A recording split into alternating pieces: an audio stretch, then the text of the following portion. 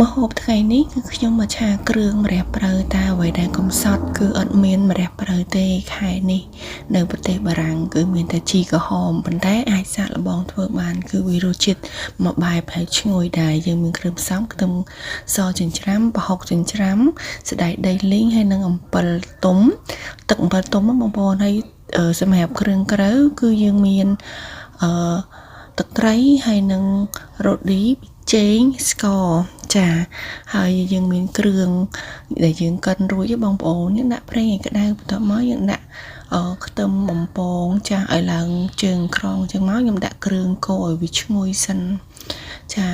កូរគ្រឿងឲ្យឈ្ងុយហើយគឺយើងដាក់ប្រហុកចិញ្ច្រាំរបស់យើងបងប្អូនប្រហុកចិញ្ច្រាំណានិយាយទៅឆាហ្នឹងគឺថាឈ្ងុយពេញផ្ទះហ្មង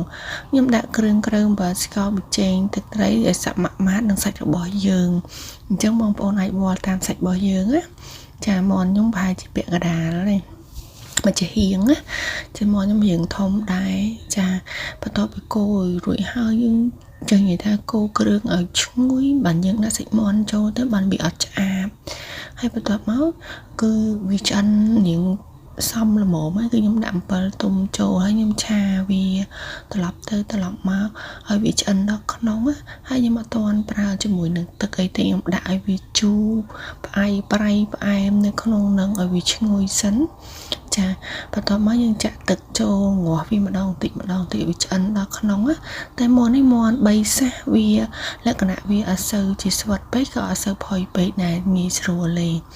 ចាបន្ទាប់មកគឺយើងងាស់រួចហើយយើងថែមសណ្តែកដី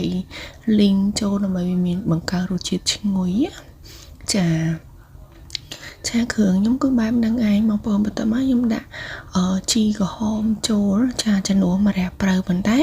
ឈ្ងុយមួយបែបអាចញ៉ាំបានចាអរគុណច្រើនដែលបានទស្សនាវីដេអូរបស់ខ្ញុំជួបគ្នាក្នុងវីដេអូក្រោយទៀតសូមជម្រាបលាបាយបាយ